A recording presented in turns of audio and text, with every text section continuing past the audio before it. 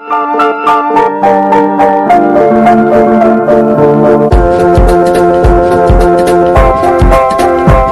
तो स्टूडेंट, बात करते हैं आज हम लोग समतल में गति की। हमारा अध्याय है समतल में गति।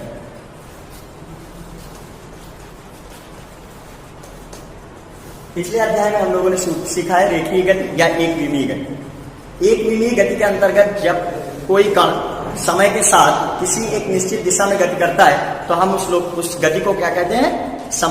एक विमीय गति कहते हैं।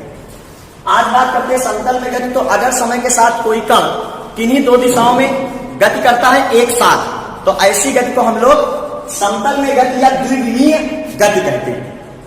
स्टूडेंट, ये जो चैप्टर है अपना, ये 3 भागों में विभक्त है।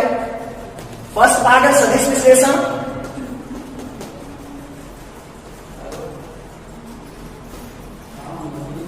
इसके द्वितीय भाग में बात करेंगे हम लोग प्रक्षेप गति की, और इसका एक भाग और है तृतीय भाग, जो कि हमारा वृत्तीय गति है। तो स्टूडेंट, यहां जो प्रक्षेप गति और वृत्तीय गति है, ये किसी कण की एक ही समय में किन्हीं दो दिशाओं में गतियों के उदाहरण हैं, और इनको हल करने के लिए हम जिस गणितीय रूप का उपयोग करते हैं वो हमारा सदिश विश्लेषण है। सदिश विश्लेषण विभिन्न सदिश राशियों को हल करने के लिए हम जिस गणितीय रूप का उपयोग करते हैं उसे हम लोग क्या सदिश विश्लेषण बोलते हैं। अब स्टूडेंट, भौतिक राशियों के बारे में अगर हम बात करते हैं तो प्रकृति में उपस्थित पदार्थों के गुण अथवा किसी भी घटना के बारे में हम लोग भौतिक विज्ञान के अंतर्गत अध्ययन करते हैं। और अगर पदार्थ के किसी गुण को हम परिभाषित और मापित दोनों कर सके तो उसे हम भौतिक राशि कहते हैं। भौतिक राशियां निम्न 2 प्रकार की होती है। एक है अपनी अदिश राशि, और दूसरी है सदिश राशि। तो स्टूडेंट, बात करते हैं अदिश राशियों की।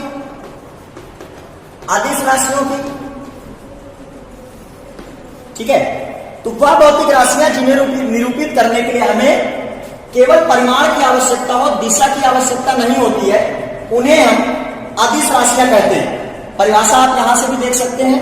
वह भौतिक राशियां जिन्हें परिभाषित करने के लिए केवल परिमाण की आवश्यकता हो, दिशा की आवश्यकता नहीं होती है, अदिश राशियां कहते हैं। जैसे द्रव्यमान, समय, दूरी, वेग, चाल। तो भाई यहां पर अगर हम द्रव्यमान को परिभाषित करते हैं, जैसे मान लीजिए सपोज दैट कोई कहता है कि हमारे पास 2 किलोग्राम आम है, तो परिभाषित करने के लिए 2 किलोग्राम आम ये पूर्ण बात हो जाती है। अगर वो यह कहता है कि हमारे पास 2 किलोग्राम आम पूर्व दिशा में, तो कहीं ना कहीं आपको हंसी आएगी, और जब कोई हंसी समझ लेना कुछ गलत। क्लियर? तो यहां बात यह है कि अगर द्रव्यमान को हमें परिभाषित करना है तो द्रव्यमान को परिभाषित करने के लिए दिशा की आवश्यकता नहीं है। समय को परिभाषित करना है तो समय को परिभाषित करने के लिए दिशा की आवश्यकता नहीं है। दूरी को परिभाषित करने के लिए दिशा की आवश्यकता नहीं है। चाल को परिभाषित करने के लिए दिशा की आवश्यकता नहीं है। तो जिन भौतिक राशियों को परिभाषित करने के लिए परिमाण की आवश्यकता, उसके मात्रा की आवश्यकता हो, लेकिन दिशा की आवश्यकता ना हो, उसे हम अदिश राशियां कहते हैं। अब बात करते हैं स्टूडेंट सदिश राशियों की। सदिश राशियां,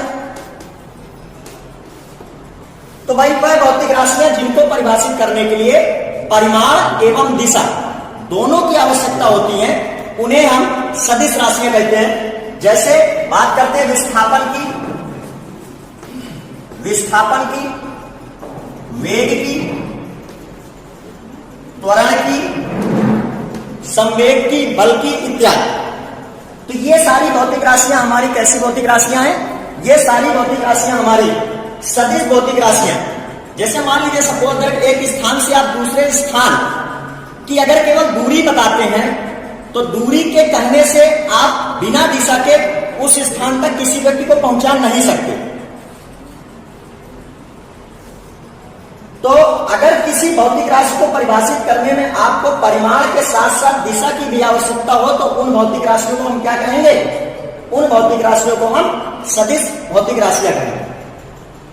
तो स्टूडेंट, यहां पर हम लोगों ने सीखा कि सदिश भौतिक राशियां वह हैं जिन्हें परिभाषित करने के लिए परिमाण एवं दिशा दोनों की आवश्यकता होती है। नीचे नीचे नीचे, थोड़ा नीचे, स्लाइड नीचे। अब स्टूडेंट बात करते हैं हम लोग सदिशों के प्रकार की। सदिशों के प्रकार,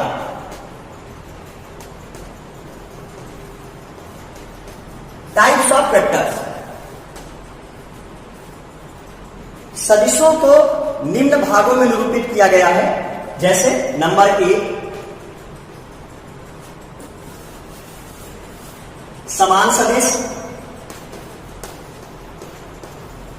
नंबर 2 विपरीत सदिश,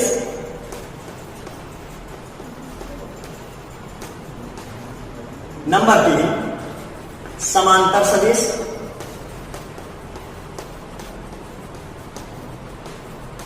नंबर 4 एकांश सदिश, नंबर 5 लंबकोणीय सदिश या त्रिविमीय सदिश। इनके दो नाम हैं, लंबकोणीय सदिश और त्रिविमीय सदिश। नंबर 6 लंबकोणीय एकांश सदिश, लंबकोणीय एकांश सदिश। नंबर 7 स्थिति सदिश। नंबर 8 विस्थापन सदिश।